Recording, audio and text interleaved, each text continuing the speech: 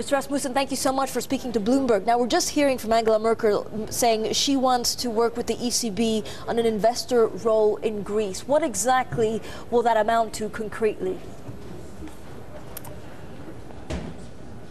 I mean, I have not spoken to the Chancellor, who just had a meeting with President Sarkozy to prepare the next European Council.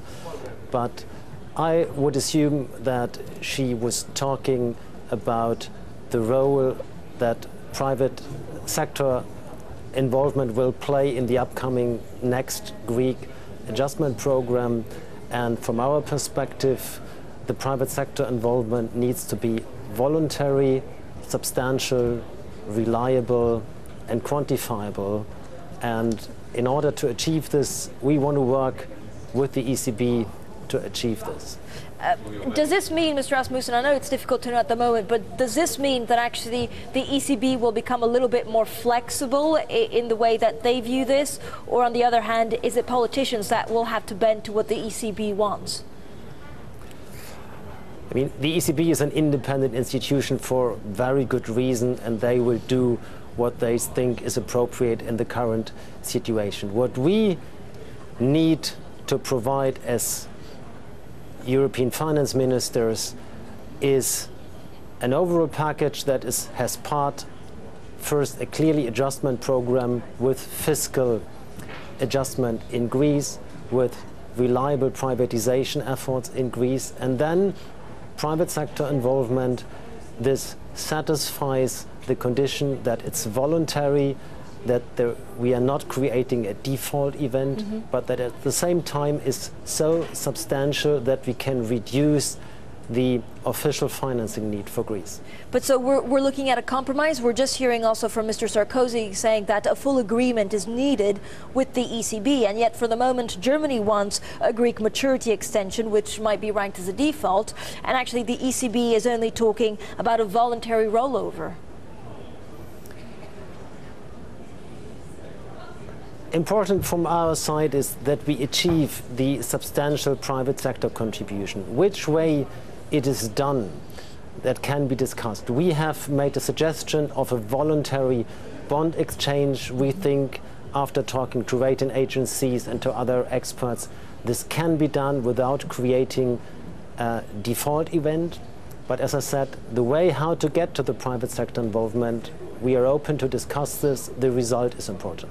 Okay, and again, it is very important just that it's very clear that you think this can be achieved without talking about the D word, without talking about default or even a credit event. Yes, this is the clear aim. If the whole debt operation, to say this in a generic term, is voluntary, it is not considered to be a default event, and this is clearly necessary to avoid. So when can we actually expect an agreement on the role of the private sector in providing this additional aid to Greece? Are we talking at the end of June, even sooner, or will we have to wait July? I would suggest, since European finance ministers meet this Sunday and Monday in Luxembourg, that they will find an agreement that the IMF and the Europeans can pay out the next tranche to Greece, given that the key ingredients of the next program are known. This then can be further elaborated. There is a regular Eurozone finance ministers meeting at the 11th of July, and I think there the program should be finalized, maybe some days earlier, and then if technical details remain open to get this operational, this can then work out until September. But clearly the main work has to be done until mid-July to give assurance to the markets before the summer break in Europe. Nicolas Sarkozy is just saying that they found, he says, we found, this is a quote, a solution for the private sector. Again, do you know if Nicolas Sarkozy and Angela Merkel have been talking about this with the ECB? Is there a proposal not only between the two countries, but with the ECB officials? According to my knowledge, at their meeting, just the two and some advisors were present and not the ECB. Yes, in terms of exactly, these are crucial days, not only because of what we're seeing, the government's coming together and finding an agreement, but also what is happening in Greece. What's your take on the Greek reshuffle? Do we need to see more money being poured in at the meeting on Sunday and Monday, given by the EU, also to allay concerns of the IMF? I mean, we are following the events very closely. I just talked half an hour ago personally to the Greek State Secretary and the Finance Ministry.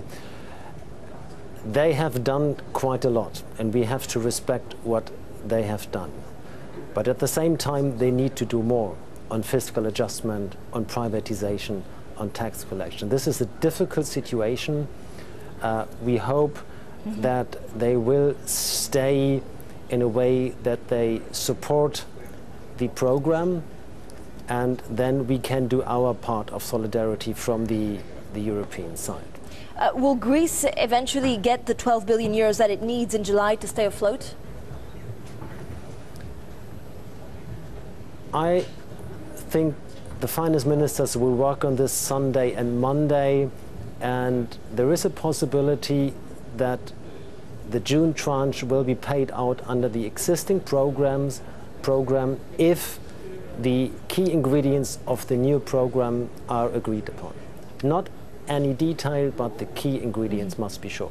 Mr. Asmussen, I wanted to ask you exactly what you thought would constitute a credit event, because the International Swaps and Derivatives Association will eventually have to tranche exactly what is a credit event or not. Would you expect them to say that the Vienna-style solution does not constitute a credit event?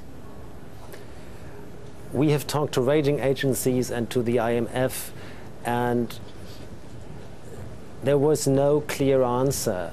Vienna style also can mean very different things. I mean, what was done during the financial crisis in Central and Eastern Europe is very different. What is now discussed under the Vienna style approach at that time in Central and Eastern Europe, it was about bank loans. Now we're talking about bondholders.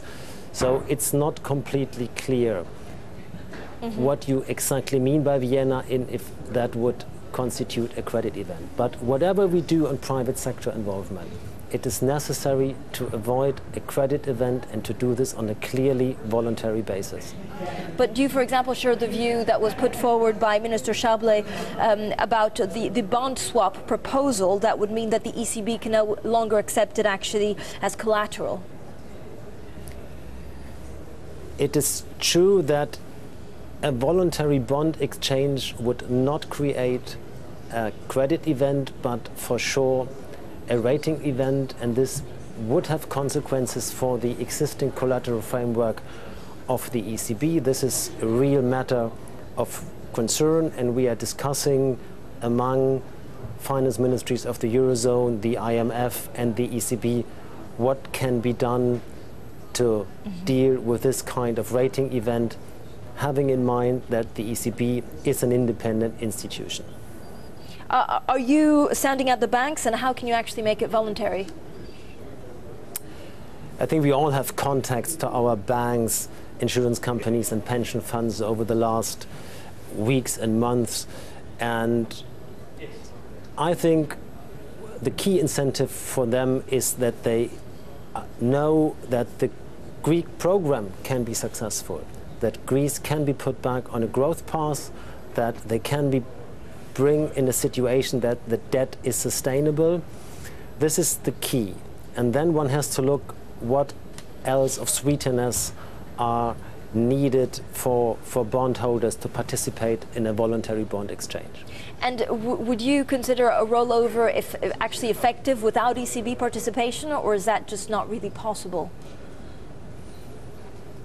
It is completely up to the ECB to decide what they do. As I said, we have made a proposal for one form of private sector involvement. If others have other proposals that deliver a substantial and quantifiable amount of private sector participation, we are very keen to discuss this.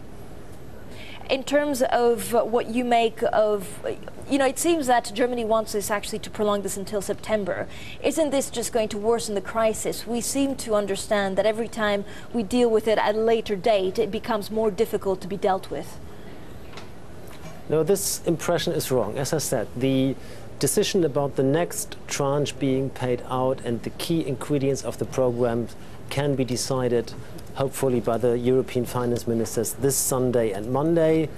Then on 11th of July, there's a regular Eurogroup meeting again.